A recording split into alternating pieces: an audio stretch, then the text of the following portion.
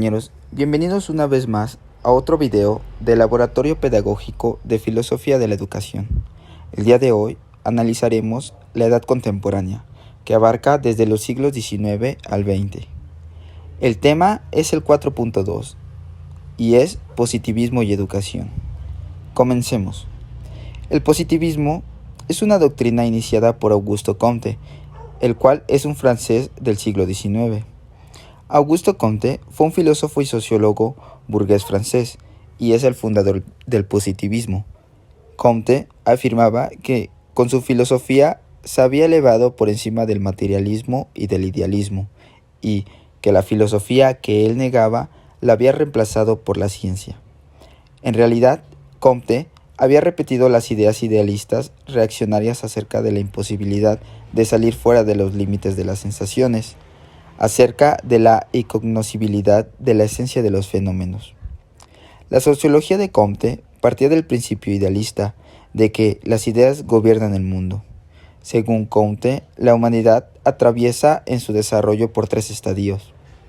Los dos primeros, el cuales son el teológico y el metafísico, ya habían pasado, y desde la aparición de la doctrina de Comte es que comienza el tercer estadio, el cual es el superior, y aborda elementos que son el científico o positivo.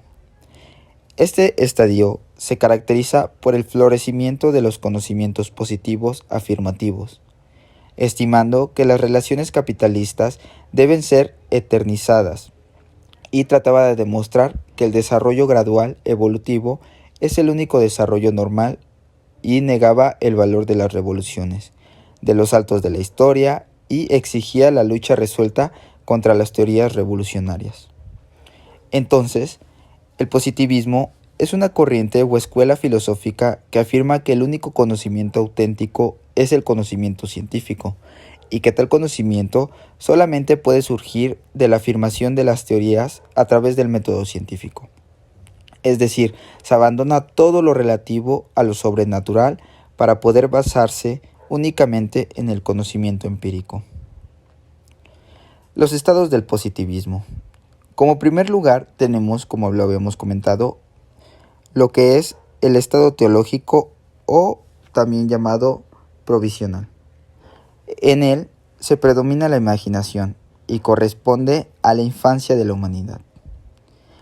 El segundo estado es el que conocemos como estado metafísico o de transición, en el que intenta explicar la naturaleza de los seres sin recurrir a agentes sobrenaturales, que es una especie de pubertad histórica. Y como tercer estado, el positivo, del definitivo, que solo busca hechos y leyes y se ajusta a lo que está puesto o dado. Ahora hablemos del positivismo en México. A finales del siglo XVIII, Gabino Barrera y su grupo estaban en contra del sistema espiritualista, religioso, que estaba siendo comandado por la Iglesia. Con la caída de Maximiliano a principios del siglo XIX es que tomó fuerza la corriente positivista, y además Barrera y colaboradores editaron la revista llamada Revista Positiva.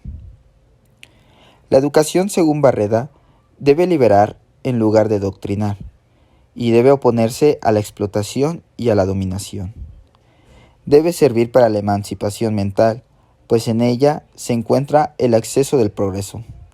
El presidente Benito Juárez confirió a Barrera la responsabilidad de elaborar un programa educativo.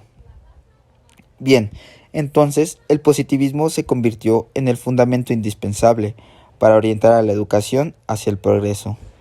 Es que sólo así se pensaba y se cumpliría el ideal liberal de la libertad científica.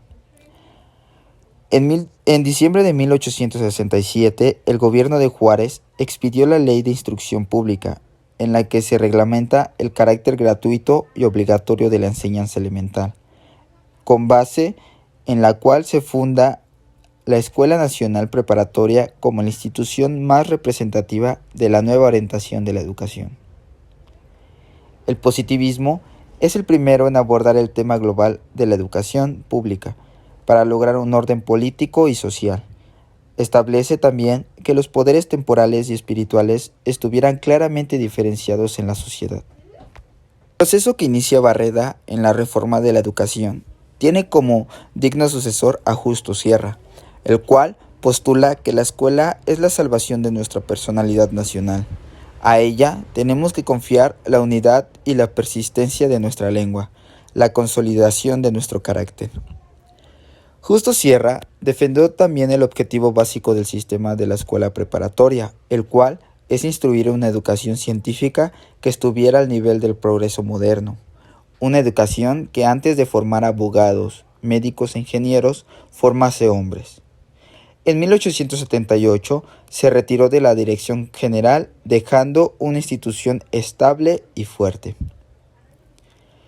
Sostiene que el método educativo debe basarse en hacer que los alumnos aprendan a pensar y no solo a memorizar, que era la costumbre. Es la educación la que genera mejores condiciones de justicia. Educar evita la necesidad de castigar. Proponía una enseñanza basada en la observación objetiva y la experimentación.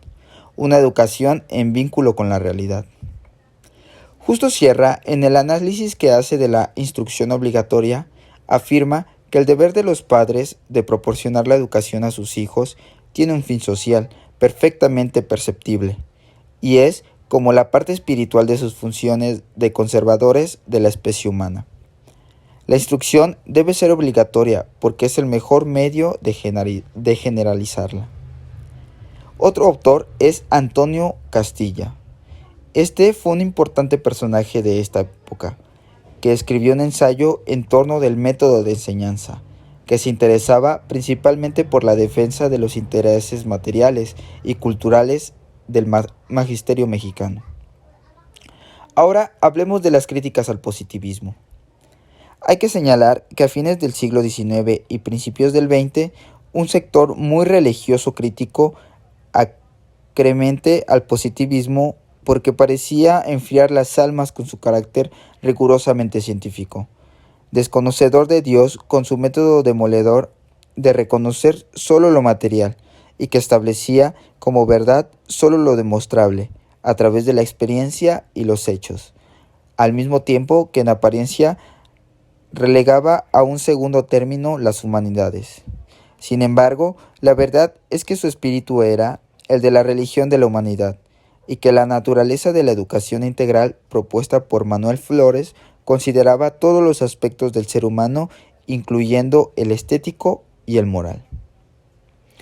Reflexión final.